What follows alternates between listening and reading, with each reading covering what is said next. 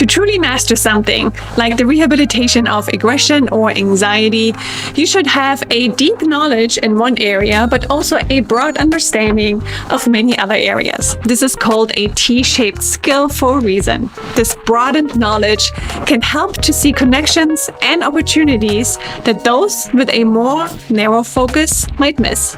I myself specialize in the neuroscience and the rehabilitation of aggression and anxiety in dogs, but strive to learn concepts in psychology, ethology, genetics, best breeding practices, and even the arts. Whether you are someone wanting to create the best life possible for your dog, or someone just looking for fresh ideas to reshape unwanted behaviors, in this video, I'm going to share with you 5 non-dog books that will improve your handling skills, expand your canine behavior knowledge, and accelerate your training goals. So stay tuned.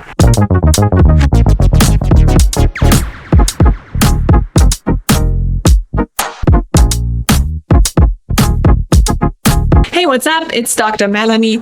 In this week's video, we are going to explore one of my all-time favorite topics, cross-learning. I wholeheartedly believe that being a knowledgeable dog owner or trainer goes hand in hand with cross-learning, and that you can't have one without the other.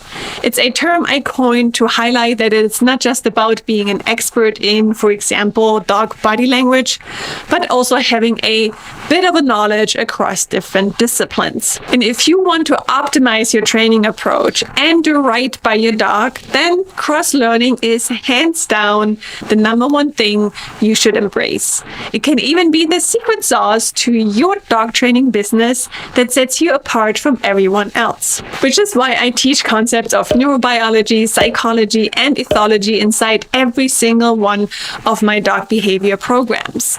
That's how important I believe it is, and I'm about to prove it to you. But before we get started, if you're new to the community, welcome. Here on my channel, we talk about all things dog behavior, training, science, and more. So if you want to learn more about training methods that work today, be sure to subscribe below and don't forget to ring the bell to be notified when my next video goes live. Leaving a dent in history is almost always a result of a creator cross-learning to accomplish what no one else has done before. Look at Leonardo da Vinci. His works, like Mona Lisa and The Last Supper, are widely considered masterpieces. And his study of anatomy, engineering, and botany deeply influenced his work. Ludwig van Beethoven's compositions were greatly influenced by his knowledge of philosophy and his deep interest in nature. His Sixth Symphony, Pastoral, is a beautiful example of how he translated his observations of nature into music. And of course, Steve Jobs combined his understanding of computer technology with his deep appreciation for design and typography, which he studied in calligraphy classes.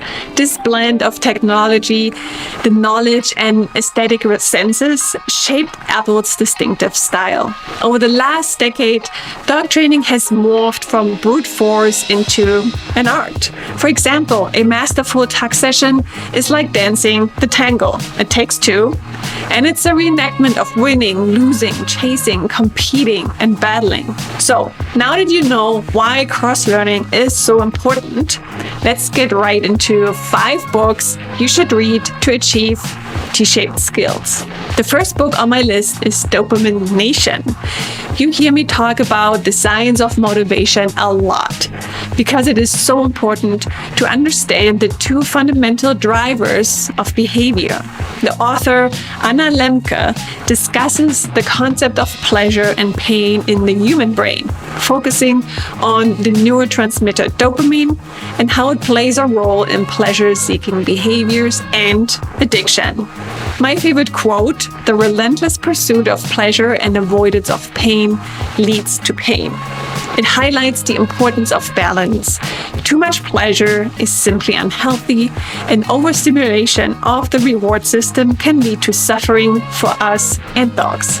My second book recommendation is What Happened to You by Oprah Winfrey and Bruce Perry. For one, it's an eye-opening reading experience with the goal of shifting the question from what's wrong with you to what happened to you.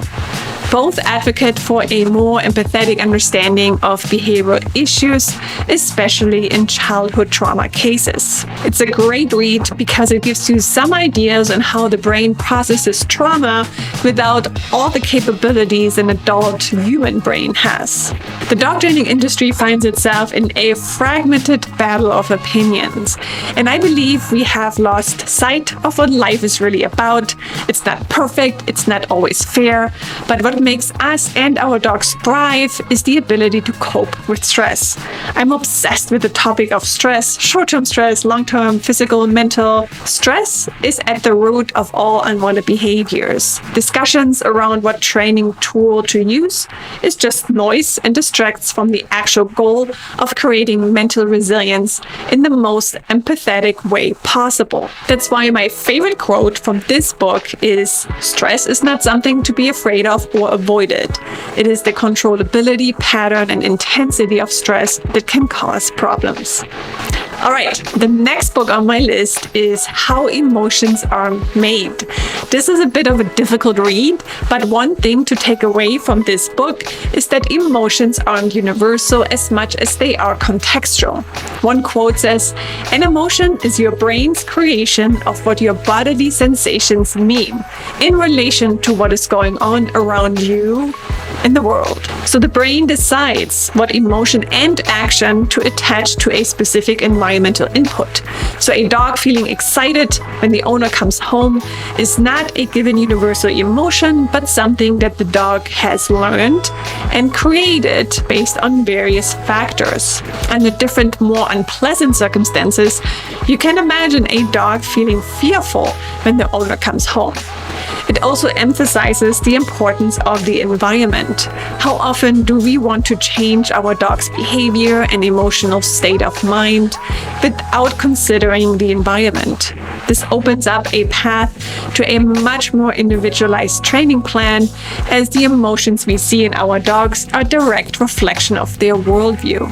Next on my list, Animals in Translation. Temple Grandin, a professor of animal science and a spokesperson for autism, uses her own experience with autism to deliver insights into animal behavior. She theorizes that autistic people, just like animals, think in pictures and perceive details that neurotypical people might overlook. The book applies these insights to understand and interpret animal behavior. So, if you like cows, horses, pigs, and other farm animals, this book is certainly for you. It has some very interesting anecdotes on dogs too. For example, eliminating fear through targeted breeding programs for therapy dogs tilts behavior towards aggression. Last but not least, this is my personal favorite, Behave by Robert Sapolsky. He investigates why humans behave the way they do, delving into a variety of scientific disciplines, including biology, neuroscience, and anthropology, to really understand human behavior. It touches on topics such as aggression, cooperation, empathy, and competition, and studies cited are often insightful in the context of dog aggression and behavior as well. So remember, not everything you do or read has to be dog related in order to be beneficial. So, what book are you reading next? Comment below and let me know. And if you enjoyed this video, please give it a thumbs up and share it with your friends who could also benefit from some cross-learning. I will see you soon with a brand new video. I'm Dr. Melanie. Tschüssi.